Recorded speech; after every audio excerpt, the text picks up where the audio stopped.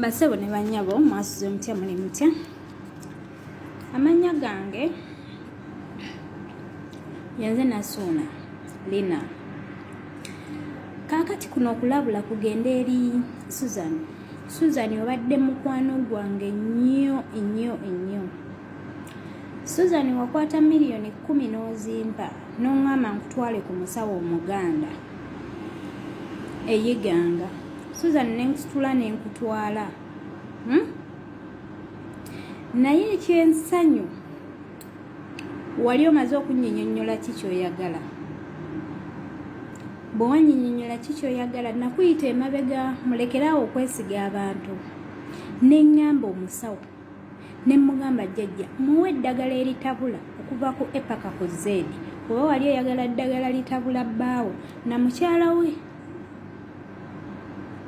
Era eddagala erimu n'olimpa nditwale wa Teddy. This time Teddy manyi ondaba era omumanyi ndi mukwano gwo. Kati kimanye Teddy, kimanye Susan nti eddagala lye wampa ntwale wa Teddy nalireetawo mu nnyumba mwosula. Nalireeta kano katandika butandisi miliyoni 10 nazirya omusawo wamuwa miliyoni 1.8. Akugukusiza omulimu gwo. Bannange bakyala bannange mulekerawo okwesiga mikwano gyammwe. Susan kino kibeere ekyokuyiga.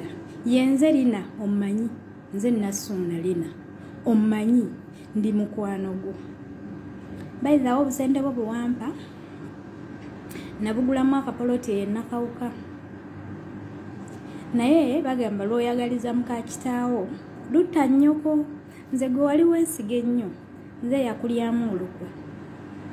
Kano katandika butandisi. Katandika butandisi.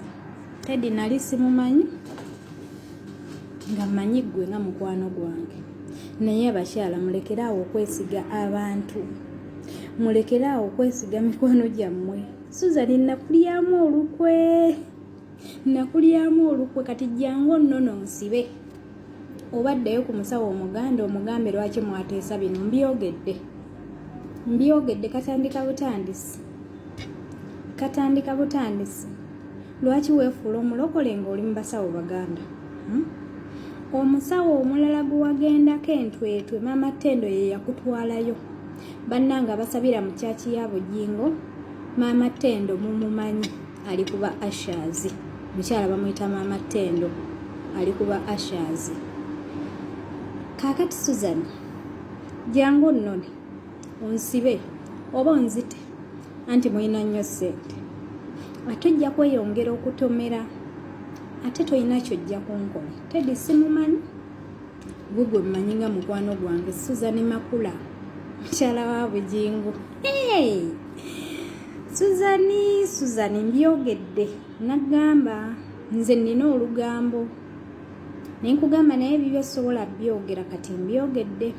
Siiba bulungi. Susan omwezi njagala gukunyumire. Munyumirwe omwezi.